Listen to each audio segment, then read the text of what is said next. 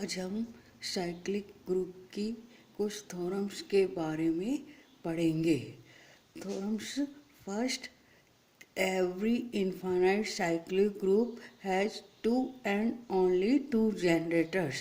प्रत्येक अपरिमित चक्रीय समूह के दो और केवल दो ही जनक होते हैं। ये हमको सिद्ध करना है। तो माना कि G एक अपरिमित चक्रीय समूह है जिसका जनरेटर A है। हमने पिछले लेक्चर्स में ये थ्योरम करी थी कि यदि A किसी चक्रीय समूह G का जनक है तो उसका इन्वर्स A इन्वर्स भी उसका जनक होता है। अतः A इन्वर्स भी G का एक जनक है। अब हम ये प्रदर्शित करेंगे कि A is not equal to A inverse, अर्थात A और उसका इन्वर्स दोनों G के डिफरेंट एलिमेंट हैं। ये हम सिद्ध करेंगे।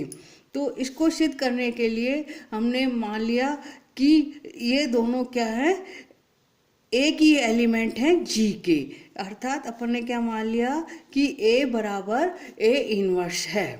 तो A बराबर A इन्वर्स क्या इम्प्लाइज करेगा कि दोनों और अपन ने क्या किया कि A से मल्टीप्लाई कर दिया। तो A इंटू A बराबर A इन्वर्स A।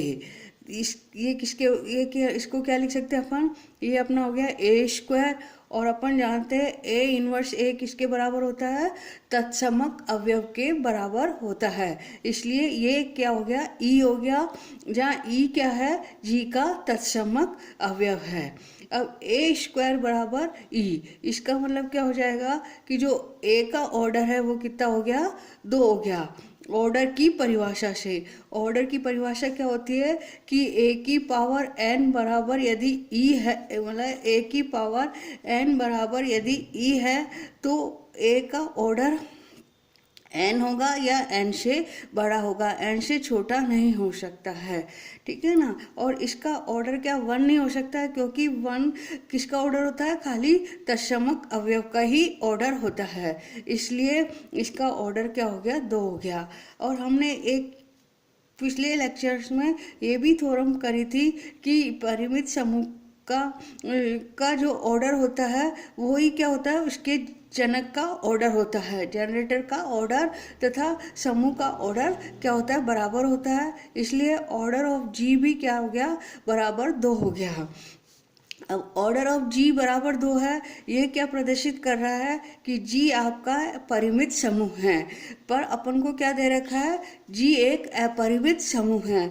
इसलिए क्या है कि ऑर्डर ऑफ G बराबर 2 संभव नहीं हो सकता है, क्योंकि G एक अपरिमित समूह है।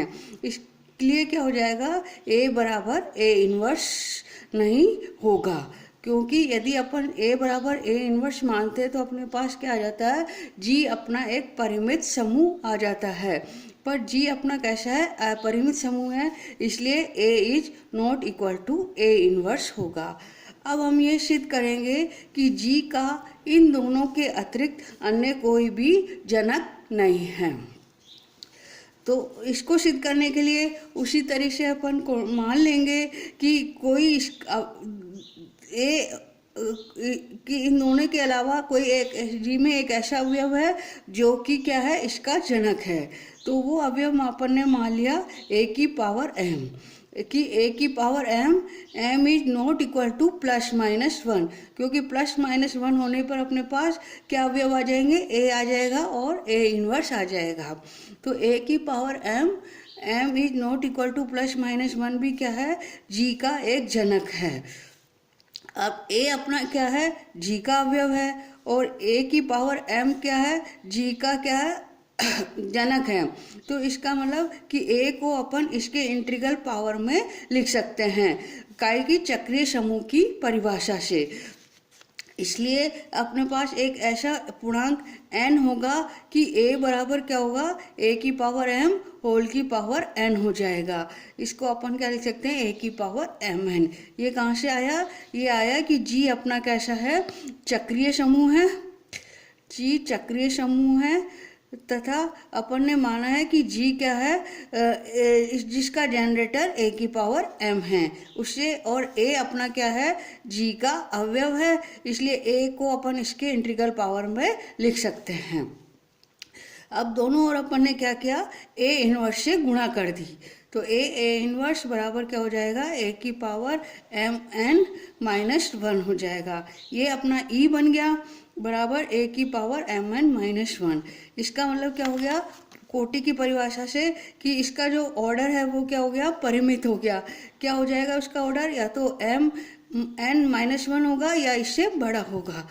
ठीक है ना, ये अवयव की कोटि की परिभाषा से आ जाएगा। और फिर इस ये परिमित है तो ये भी आपका क्या हो जाएगा, परिमित हो जाएगा। वो जो कि अपने पास क्या आ गया, विरोधाभास आ जाएगा, क्योंकि जी अपन को क्या दे रखा है, अपरिमित समूह दे रखा है। इसका मतलब कि a की पावर m जी का जनक नहीं हो सकता है जब तक कि m बराबर 1 या -1 ना हो। इस तरह से अपन क्या देख रहे हैं कि जी के केवल 2 ही जनक होते हैं, जो कि हमको सिद्ध करना था।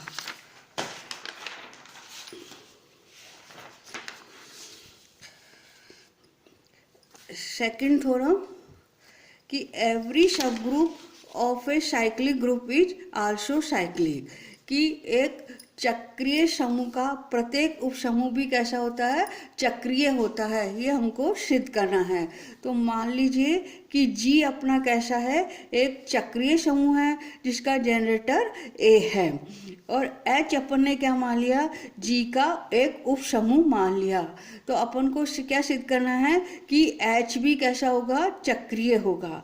पहले अपन ने मान लिया कि एच जी का क्या है, विषम उपसमूह है। अर्थात विषम का मतलब क्या है कि या तो एच जी के बराबर है या एच बराबर क्या है, ये तत्समक अवयव है का है, खाली तत्समक अवयव है एच में। तो अपना जी क्या है, चक्रीय है, तो एच भी चक्रीय हो गया और ये भी चक्रीय होता है। तो इस समय एच कैसा हो गया, चक्रीय हो गया। तो हमारी थ्योरम क्या हो जाएगी, सिद्ध हो जाएगी। अब हम सिद्ध करेंगे। अब हमने मान लिया कि जो एच है वो जी का एक उचित उपसमूह है। ठीक है ना।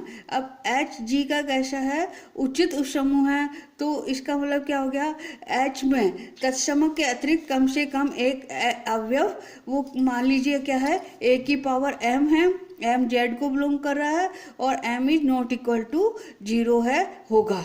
ठीक है ना, क्योंकि यदि m में ऐसा कोई अवयव नहीं होगा तो h बराबर किसका हो जाएगा, इसके बराबर ही हो जाएगा। और अपन ने h क्या माना है, उचित उपसमूह माना है, इसलिए इसमें क्या होगा, तत्समक के अलावा कम से कम एक और अवयव होगा। अब ए की पावर m एच को बिलोंग कर रहा है और एच अपना उपसमूह है। उपसमूह का मतलब समूह भी हो गया, इसलिए एच के प्रत्येक अवयव का क्या होगा, प्रतिलोम भी विद्यमान होगा।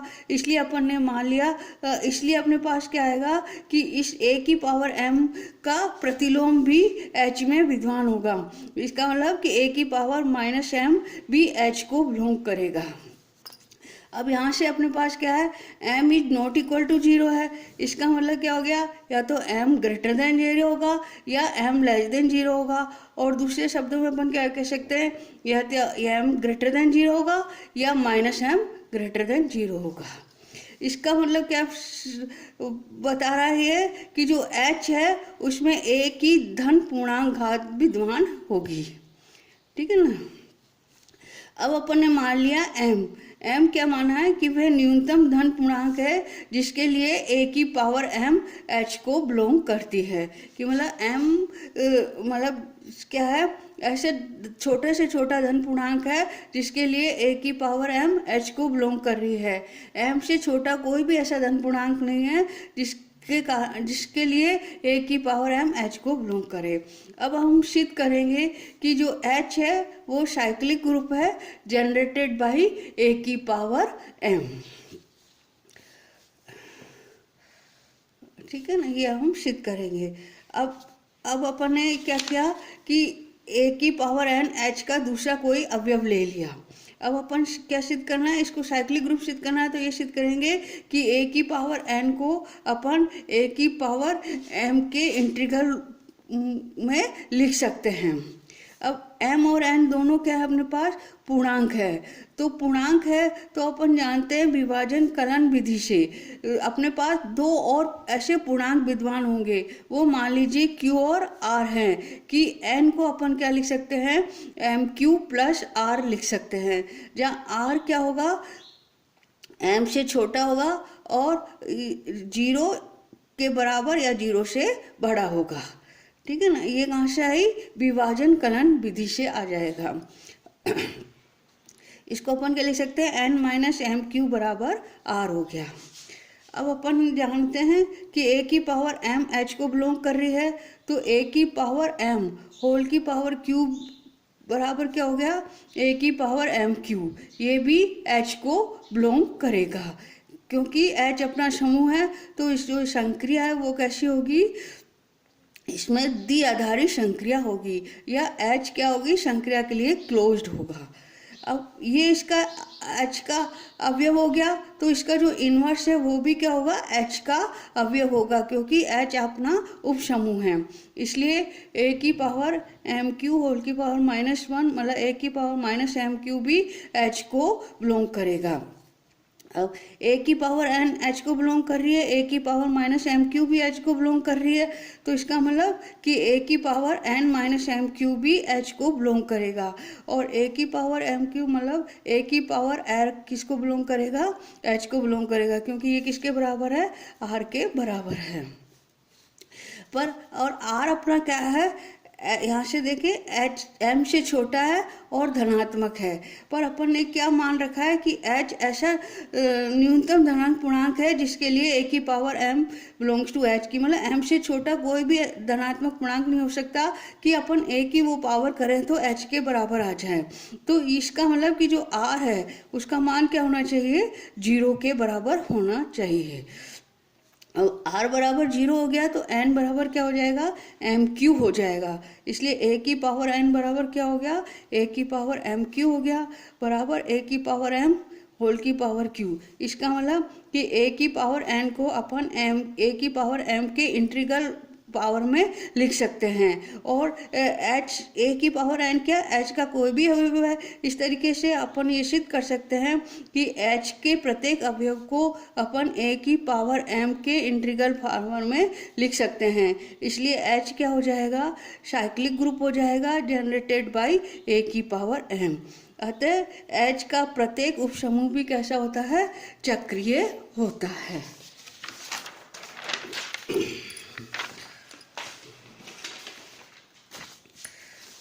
इसकी कोरोलरी कि एवरी प्रॉपर सब group of an infinite cyclic group is infinite, कि एक अपरिमित चक्रीय समूह का प्रत्येक उचित उपसमूह भी अपरिमित होता है, ये हमको सिद्ध करना है। तो मान लीजिए G एक अपरिमित चक्रीय समूह है जिसका जनरेटर A है, और H क्या है, G का उचित उपसमूह है, तो हमको सिद्ध करना है कि H भी कैसा होगा, इनफाइनाइट होगा। और हम जानते हैं कि चक्रीय समूह का जो उपसमूह होता है वो भी कैसा होता है, चक्रीय होता है। और जिसका जनरेटर क्या होता है, a की पावर m होता है, जहाँ m वे धनात्मक पूर्णांक होता है जिसके लिए a की पावर m h को बिलोंग करते हैं। अब अपन ने ये मान लिया कि ऑर्डर ऑफ h बराबर p है, मतलब अपन ने मान लिया कि h कैसा है, परिमित है जिसका ऑर्डर h है, p है, ठीक है ना। अब इसका ऑर्डर ऑफ a बराबर p है, तो ऑर्डर ऑफ a की पावर m भी किसके बराबर होगा, p के बराबर होगा, क्योंकि a की पावर m क्या है, h का जनरेटर है, और जनरेटर और समूह का जो ऑर्डर होता है वो कैसा होता है, बराबर होता है। अब ये p इसका ऑर्डर है, तो और अवयव के ऑर्डर की परिभाषा से a की पावर m होल की पावर p बराबर किसके हो जाएगी, e के बराबर हो जाएगी। इसका मतलब a की पावर mp बराबर e हो गया। इसका मतलब कि ऑर्डर ऑफ a परिमित हो जाएगा। इसका मतलब ऑर्डर ऑफ g भी कैसा हो जाएगा, परिमित हो जाएगा, जो कि संभव नहीं है, क्योंकि g अपन को कैसा दे रखा है, अपरिमित चक्रीय समूह दे रखा है। अतः h की कोटि परिमित नहीं हो सकती है। इसका मतलब कि जो h है वो कैसा हो जाएगा, जाएगा, अपरिमित समूह हो जाएगा। अतः जी का प्रत्येक उचित उपसमूह भी कैसा होता है, अपरिमित होता है। एक्सरसाइज कि find all the generators of the cyclic group. G 0 1 2 3 4 5 ये समूह है और संक्रिया क्या है, एडिशन मोडुलो 6।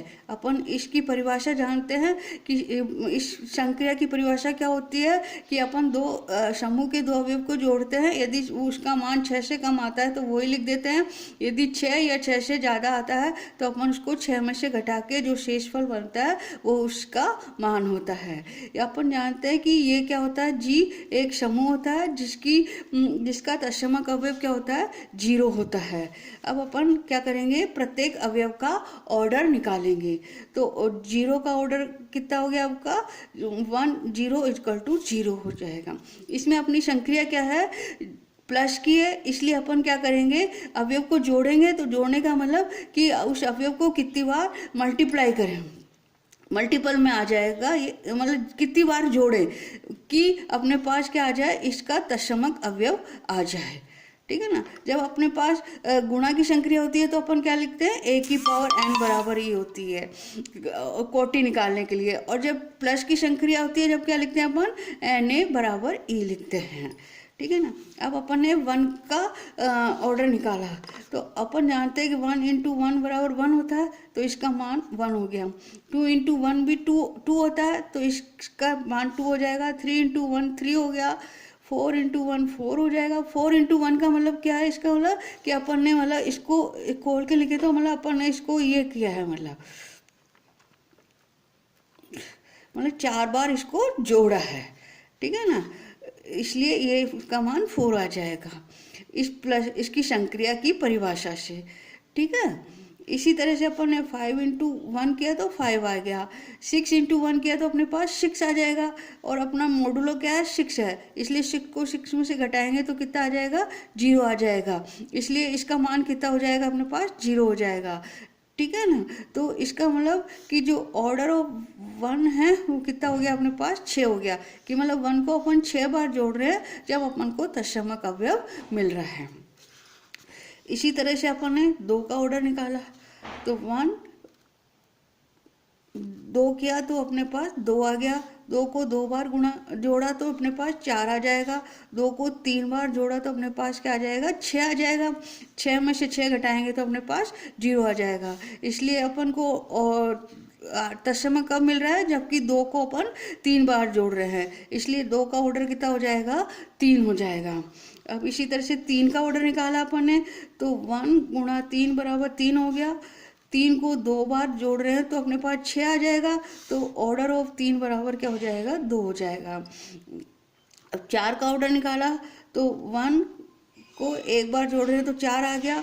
2 बार जोड़ रहे तो अपने पास क्या आ जाएगा, 8 आ जाएगा। 8 में से अपन 6 घटाएंगे तो 2 आ जाएगा। इसी तरह से 4 को 3 बार जोड़ रहे हैं तो अपने पास 12 आ गया। 12 में से 1 बार 6 घटाया तो 6 आया। फिर 1 बार और 6 घटाएंगे तो अपने पास क्या आ जाएगा, 0 आ जाएगा। तो इसका जो 4 का ऑर्डर है वो कितना हो जाएगा, 3 हो जाएगा। अब 5 का ऑर्डर निकाला अपन ने तो 5 को 1 बार जोड़ेंगे तो 5 आ जाएगा। 2 बार जोड़ेंगे तो कितना आया, 10 आ गया। 10 में से 6 घटाएंगे तो 4 आ जाएगा। 3 बार जोड़ेंगे तो 15 आ जाएगा। 15 में से अपन क्या करेंगे, 1 बार घटाएंगे तो 9 आ गया। फिर 9 क्या हो गया, वापस से 6 से ज़्यादा है तो फिर अपन 1 बार घटाएंगे तो 3 आ जाएगा अपने पास। इसी तरह से 5 को 4 बार जोड़ेंगे तो 2 आ जाएगा। 5 को 5 बार करेंगे तो 1 आ जाएगा। 5 को 6 बार जोड़ेंगे तो अपने पास 0 आ जाएगा। तो अपने पास 0 कब आ रहा है, जबकि अपन 5 को 6 बार जोड़ रहे हैं, इसलिए इसका ऑर्डर क्या हो जाएगा, 6 हो जाएगा। तो अब अपन देख रहे हैं, अब अपन ने क्या किया, सब अवयव का ऑर्डर निकाल लिया। अब उन अवयव को देखते हैं जिनका ऑर्डर 6 है, वो कौन सा है, 1 और 5 है। और अपन इस समूह का ऑर्डर कितना हो गया, 6 हो जाएगा।